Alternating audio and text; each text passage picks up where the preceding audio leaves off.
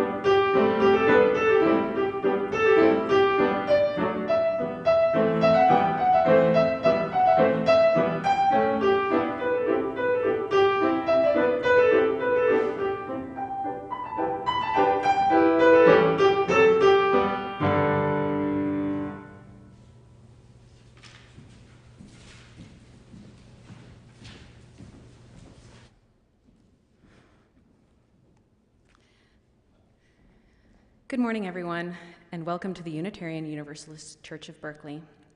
I'm Diana Claghorn, and I'll be your worship associate today. This is a welcoming congregation, and we have always worked to, we are always working to help better welcome and care for one another. If this is your first time here, we're so glad you came. And whoever you are, we welcome you in the fullness of who you are. As we begin, we want to acknowledge that this church occupies land in Huichin, the unceded territory of the Chochenyo-speaking Ohlone people.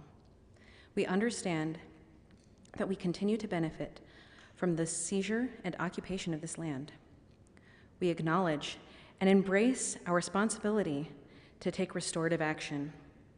We affirm that this is deeply felt and commit our congregation to be in right relations with Indigenous communities, align in solidarity, supporting Indigenous projects, and caring properly for the land. So please take a moment to prepare yourself and your space for our time together. You might get a candle and a way to light it so you can join in the chalice lighting at home. Now, as Reverend Michelle lights the chalice flame, let's kindle our own flame, along with hers, to these words: Our prophets die for the freedom of faith. We are here in their spirit. We are here to practice and to sustain our living tradition, to light a chalice, claiming for justice the heat and power of fire. We also pause to remind ourselves of some of the foundations of resilience. With Reverend Michelle, we light a candle of courage, a candle of acts of service, a candle of fellowship, and a candle of hope. May we find and cultivate these in ourselves and in one another. Now, please join us in singing our opening song, Lift Every Voice and Sing. The words will be on screen.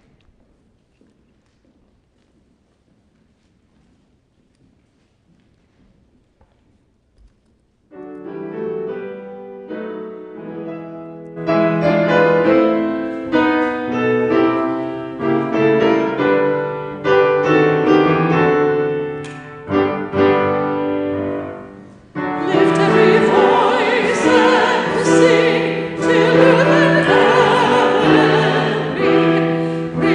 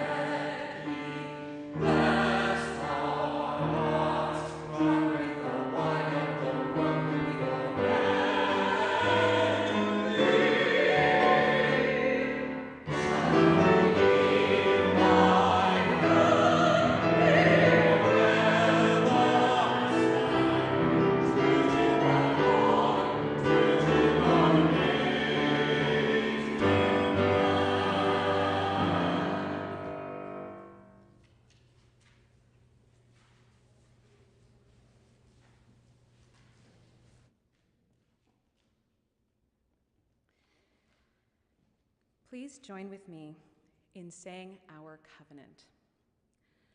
Love guides this church. The quest for truth and justice is its common purpose. To give thanks, listen deeply, speak with care, honor our differences, and seek and grant forgiveness. These things we covenant with one another.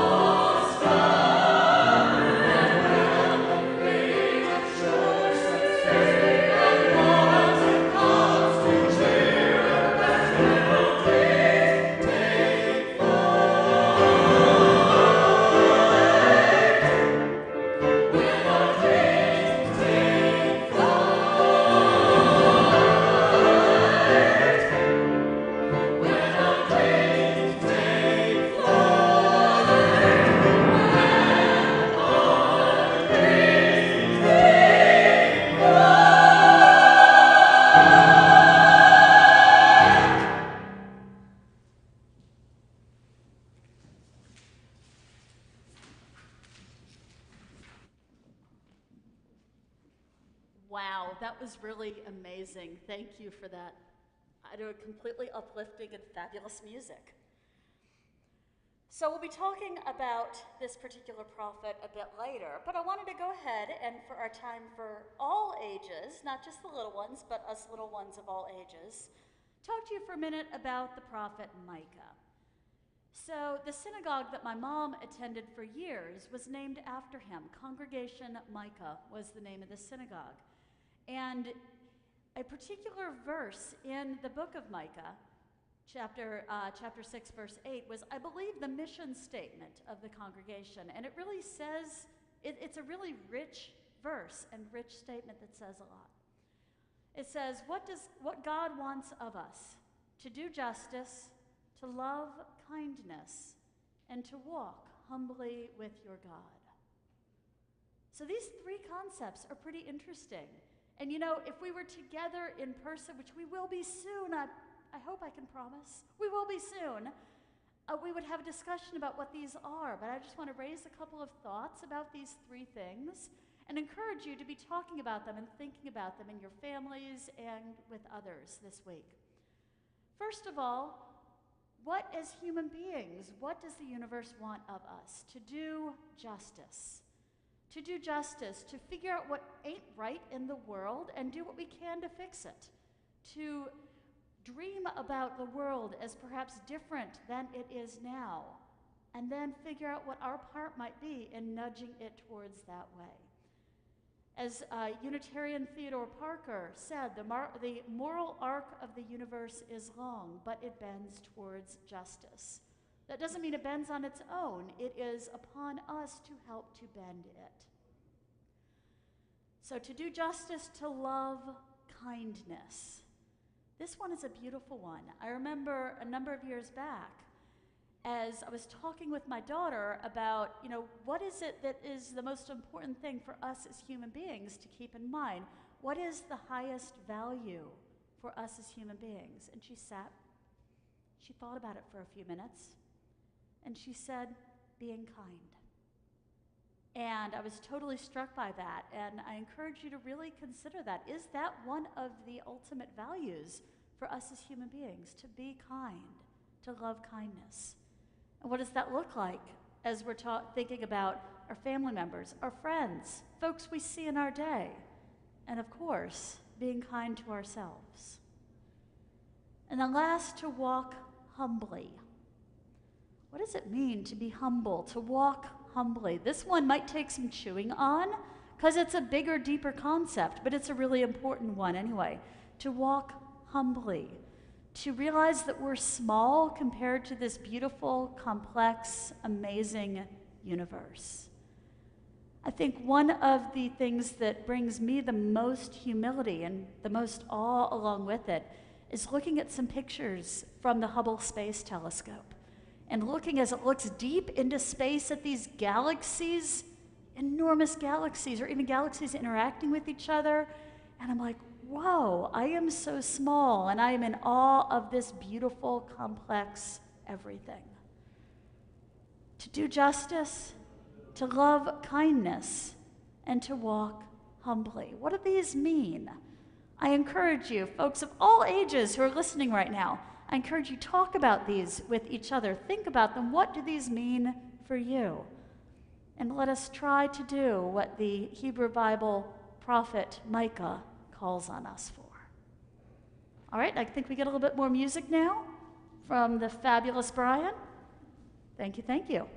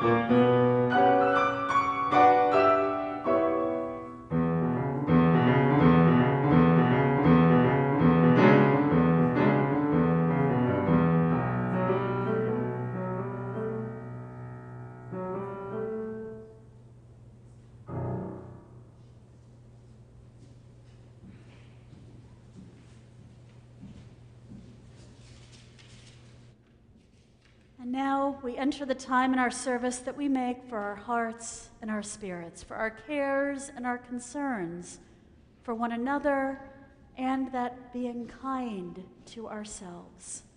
We lift up and hold the joys, the sorrows, and the challenges we may each be facing. During this caring time in our service, as well as throughout the service, I invite you to share any joys or sorrows or significant milestones of your own in the comments section. I invite us all to hold these cares kindly in the embrace of this loving community. Let us join now in a moment of silence.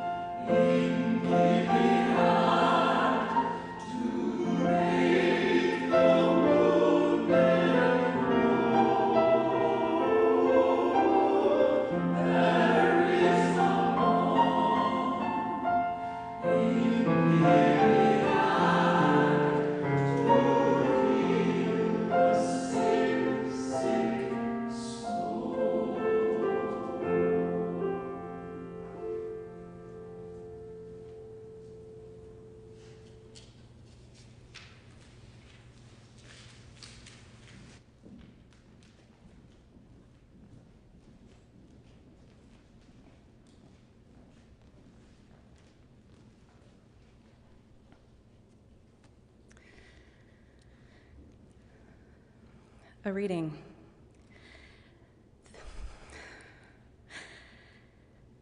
The Guest House by Rumi, translated by Kabir Helminski. Darling, the body is a guest house. Every morning, someone new arrives. Don't say, "Oh, another weight around my neck." or your guest will fly back to nothingness. Whatever enters your heart is a guest. From the invisible world, entertain it well. Every day and every moment, a thought comes, like an honored guest, into your heart. My soul, regard each thought as a person. For every person's value is in the thought they hold. If a sorrowful thought stands in the way, it is also preparing the way for joy. It furiously sweeps your house clean in order that some new joy may appear from our source. It scatters the withered leaves that were brought of the heart in order for fresh green leaves to grow. It uproots the old joy so that a new joy may enter from beyond. Sorrow pulls up the rotten root that was veiled from sight. Whatever sorrow takes away or causes the heart to shed, it pulls something better in its place, especially for one who is certain that sorrow is the servant of the intuitive. Without the frown of clouds and lightning, the veins would be burned and by the smiling sun. Both good and bad luck become guests in your heart, like planets traveling from sign to sign. When something transits your sign, adapt yourself and be harmonious as its ruling sign, so that when it rejoins the moon, it will speak kindly to the Lord of the heart. Whenever a sorrow comes again, meet it with a smile and laughter, saying, "Oh, my Creator, save me from its harm, and do not prevent me of its good. Lord, remind me to be thankful. Let me feel no regret if it benefits passed away. And if the pearl is not the sorrow's hand, let it go and still be pleased. Increase your sweet practice. Your practice will benefit you at another time. Someday, your need will be suddenly fulfilled."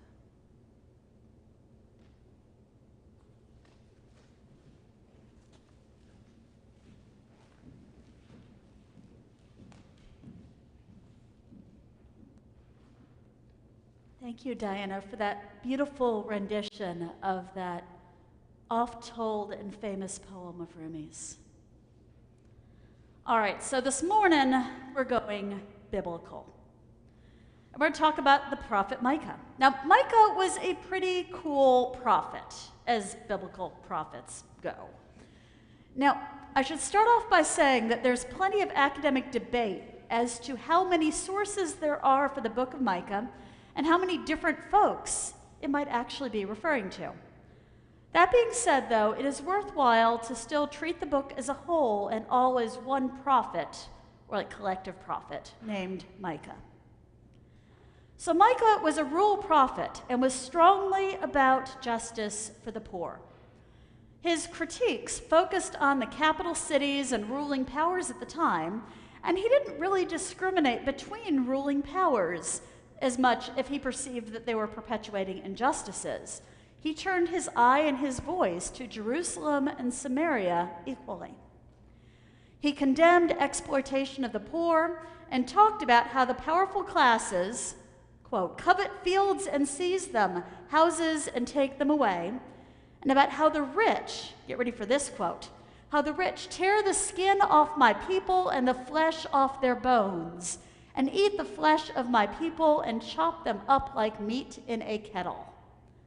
Okay, kind of graphic. I am quoting from the Bible, though. But Micah was not one to mince words. He also distanced himself from what were known as the professional prophets of the time, who would give oracles in exchange for payment. He critiqued illusions and focused on what was real and just. He spoke out against temple ceremonies, which he felt had eclipsed ethical and moral religion. The oft-repeated line from Micah, which we talked about earlier, that we're called on to do justice, to love kindness, and to walk humbly with our God, was spoken by him as a counter to the practices of sacrifice to appease one's God, even at the time, human sacrifice. Micah certainly had a viewpoint he was coming from and wasn't shy about speaking out for what he believed and what he thought others needed to hear. He spoke out against the injustices he saw and in support of those with less power. He was a prophet in many senses of the word. Since I want us to talk about prophethood today, I thought I'd start us with a little of these biblical prophets. So often when folks hear the word prophet, that's the first thing they think of. Now, there are a couple different senses of prophet, and I'm referring to one today and definitely not the other. The one that I'm not talking about is the prophecy side, the predictions of the future and such. In that sense, this is the professional prophet type that Micah was distancing himself from, the ones who would state oracles or other prophecies for money or for attention. Goodness knows we have plenty of those around in our world today. Prophethood is not about that at all. Prophethood, as I'm talking about it, is closer to what Micah was doing, speaking out based on conviction, speaking truth to power, speaking out against the injustices he saw and perceived against those with less or without power. This is the sense of prophethood that Unitarian theologian James Luther Adams meant when he coined the phrase, the prophethood of all believers. Now, James Luther Adams is one of our great theologians, and he got a lot of his inspiration from seeing the injustices and struggles in Europe and under the Nazi regime during the time of World War II. And perhaps it is a particular poignant time for us to be looking back at him, given what's going on in our world today. James Luther Adams was a prolific writer and has a lot of groundbreaking and faith-forming work for us as Unitarian Universalists. When we talk about voluntary associations, that was a key part of his work. The phrase he coined, the prophethood of all believers, is a fundamental part of what I think it means to be a Unitarian Universalist, and a fundamental role of our congregations as well. As you hear the phrase, you will possibly hear the extreme similarity to Martin Luther's phrase, the priesthood of all believers. This is not accidental. That term, the priesthood of all believers, has an interesting part of our history as well.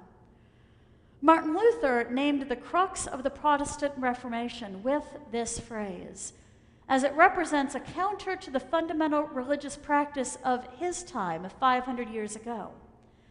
Because it stated that instead of the common person needing the intermediary of a priest in order to communicate with God, they all had priesthood. They all had that kind of priesthood and therefore had direct access to the divine.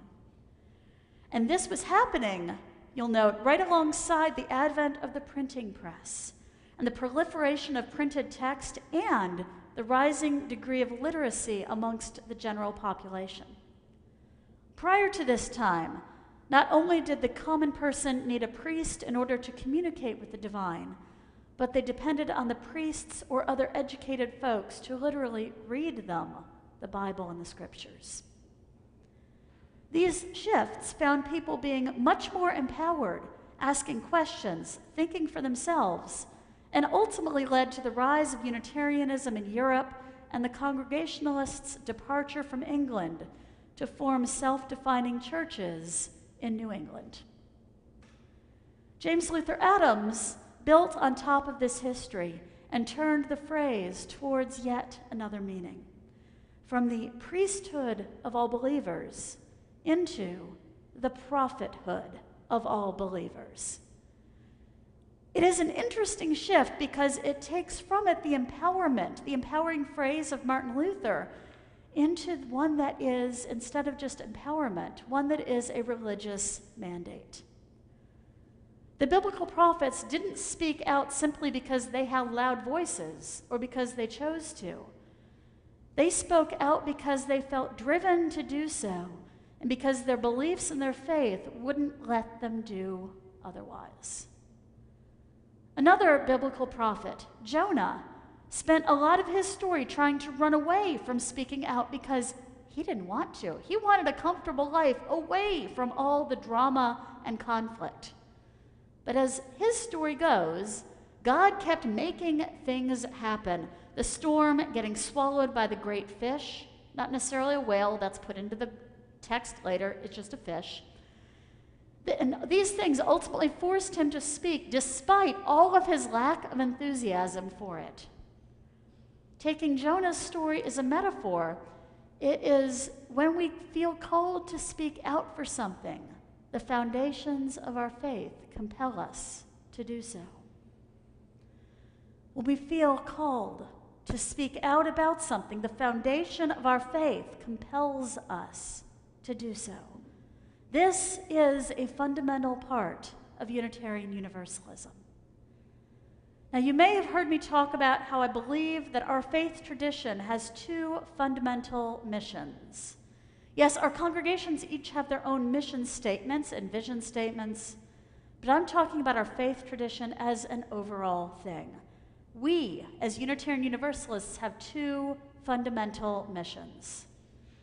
First is that of welcoming those who are seeking, who are hurting, those who've been rejected, those who need the love and acceptance that we can offer here. Welcoming.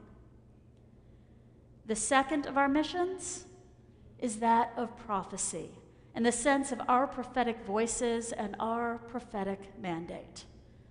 To see the injustices going on in our world and speak out against them.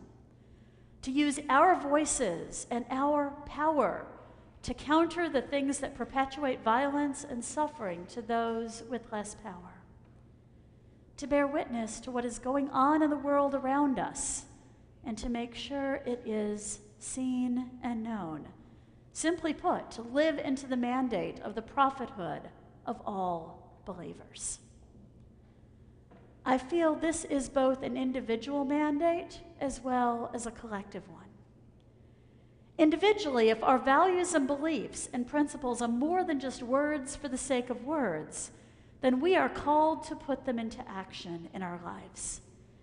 This means not only putting them into action in what we do, but then as we notice other things that aren't in line with our values, finding ways to do something about that too. When I interned with the Faithful Fools Street Ministry in San Francisco, I found a lot of this in action there. This is a community ministry in the Tenderloin district of San Francisco, where there are a lot of folks living at the economic margins of society in many ways.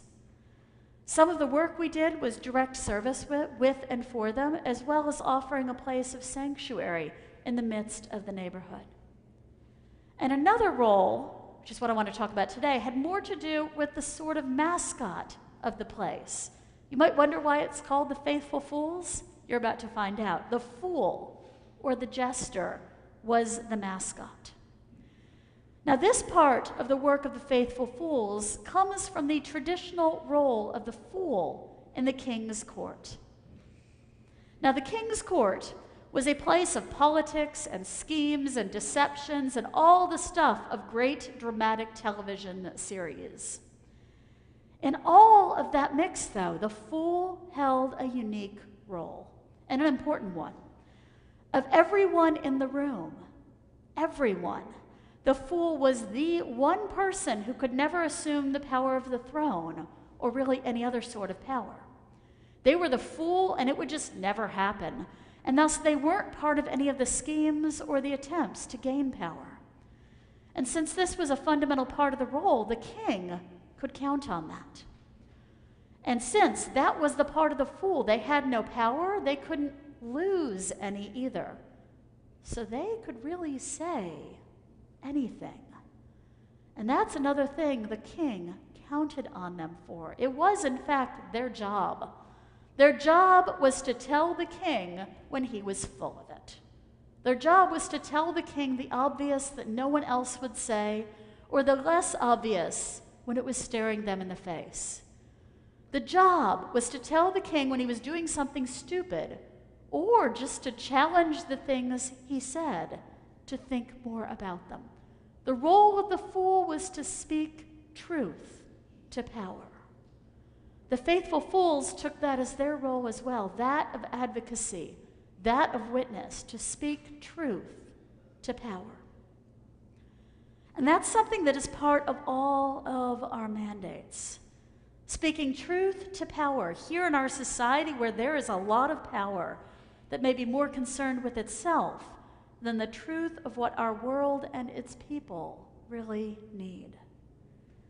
If your beliefs are more than just words, you have a faith-based mandate to seek ways to make them come into being in our world. And this isn't just true for each of us as individuals, it's true for us together as well. James Luther Adams didn't say the priesthood of believers. He said the priesthood of all believers. That means all of us together, collectively, doing what we can in our community. Now, we share a lot of words when we get together here. And you know what? We have fun, too. We're a caring community and an accepting community and a seeking community. And these are all important parts of who we are and what we do. But we don't just get together for our own selves and our own purposes. We are called on to do more. We are called on to do more in our world. This is fundamentally prophetic work. It isn't just something we can do off by ourselves, just thinking or talking about it. Although working on our own awareness and freeing ourselves from the shackles of our own oppressive patterns is certainly part of it. This outer work, it is active work, it is prophetic work.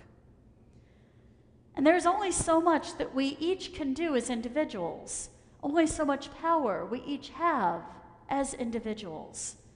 Gathering our power, gathering our voices together makes it possible to multiply that effort and to sustain each other in it as well. We need this. We need this more than ever. With each year that passes, each month that passes, each world event and national event that passes, we need this more than ever. Because many of those in power don't act with the interests of all in mind. Okay, does anyone in power act with the interests of all in mind? And many parts of the world are literally falling apart before us. Remember, Micah's 3 mandates started with do justice. Do justice with kindness and mercy, but first of all, do justice. And to not lose sight of what it is that we're doing and why we're doing it. We would do well to remember the story of the great-hearted soul who ran through the streets crying, "Power, greed, corruption. Power, greed, corruption." For a time, the attention of the people was riveted on this single-minded, open-hearted person for whom all of their life had been focused in one great proclamation. But then everyone went back to work, only slightly hearing, some annoyed, as they continued to run through the streets crying, power, greed, and corruption. Finally, a child stopped in front of the wailing figure. "Elder," said the child, "don't you realize that no one is listening to you?" "Of course I do," the elder answered. "Then why do you shout?" the child insisted. "If nothing is changing, your efforts are useless." "Ah, dear child, I do not shout only in order to change them. I also shout so they cannot change me." We must not only keep our work going and keep our heart ever turning towards that which is just, but we must keep each other going and our beloved communities. We are a community of prophets and change makers, listening and answering the needs that we find in this world. Blessed be.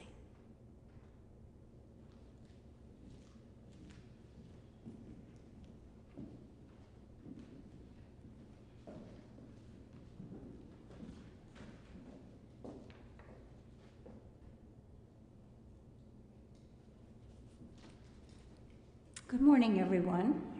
I'm Judy Sam, and I've been asked to spend just a minute or so with you to tell you why I give to this church. I give to this church and this community because of a long-developed love for this place and the people in it, and the faith that joins us, and the things we are able to get done together in fellowship. I came here, it turns out now over 22 years ago, to visit the church. I had heard all about it, and I was interested in this faith and learning about it. And I kept being overwhelmed when I was first here. It was massive. There were so many pews and so many people. There were loads of meetings and events and business things and worship groups and committees. But then I came more often because of the sermons. The sermons began to draw me in. The music began to go along with the sermons. The people I met made a huge impact positively on my life. And then I began to look into some of the committees and the meetings and the business, just a little bit. I'm not one of those kinds of people who like to do the numbers. But I became more at ease here. I found wonderful friends. And in the years that I have been here, I have been able to be part of so many different groups that did wonderful things. I have been able to get back in touch with toddlers when I did RE with them. And then a few years later, I co-taught some fourth graders and some very rowdy boys. And that was a great experience. In after fact, it was. And now I work with Pastoral Care Committee. And we deal with the members of the church who may be ill or having problems, but mostly we focus on our elders, generally those people over 80, many of whom are no longer able to come and attend church, even if we were able to. We hope to do that. And we keep in touch with them individually because different members of us call a set of people once a month and check in. And then the group meets monthly and we talk about what's going on and what might be needed of us. That's another way that I've been drawn into this big community. And this is a big community. It's a family and it's a community. And it has so much love in it. The wealth is overflowing in love. And the love reaches way out beyond our hill, down into communities around us, and it even goes across the sea to our partner church in Home Louis Falou. All of these things we do, all of these people who come here, all of the people who work in the building, our equipment, all of the things we have to have and replace and renew, they need help from you. So when it comes time for you to make your pledges, please join me. Remember what this church means to you and help us work together to hope to bring the world a little bit closer to a beloved community. Thank you.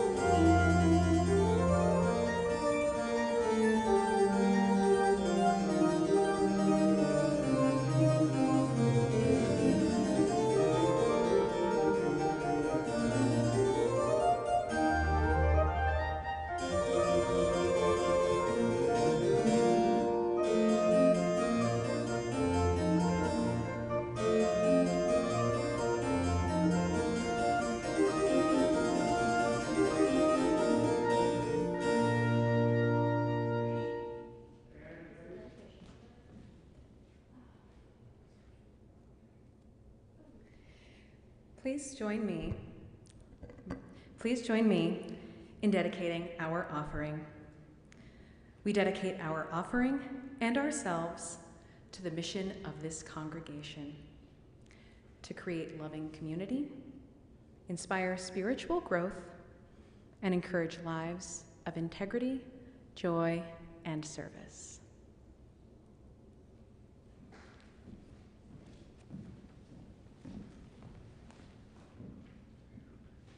It has been fabulous being together today for our worship service. And before we shift into our coffee hour on Zoom and the other activities that are happening at Sundays at our church and throughout the week, I remind you to check out all of the things available by exploring our website, uucb.org, or checking out our weekly news email, The Week Ahead, which comes to your inbox if you're signed up for it, or you can get to on our website. And just wanted to give a shout out for all of the people that are getting our church ready for, I think as some have called it, our upcoming Flyover video. We are having some 3D rendering and videos and photographs of the inside of our church building, as well as a drone that will be coming overhead. And so folks have been working hard to get both the inside and outside of our building ready. And many thanks to everyone who showed up for the work party yesterday and filled up enormous bags full of weeds. Weeds are fabulous, but maybe not so fabulous when we're taking fabulous pictures of the church. Thank you so much for everyone who's been part of that effort. And now let us join in singing our closing song, Answering the Call of Love. The words will be on screen.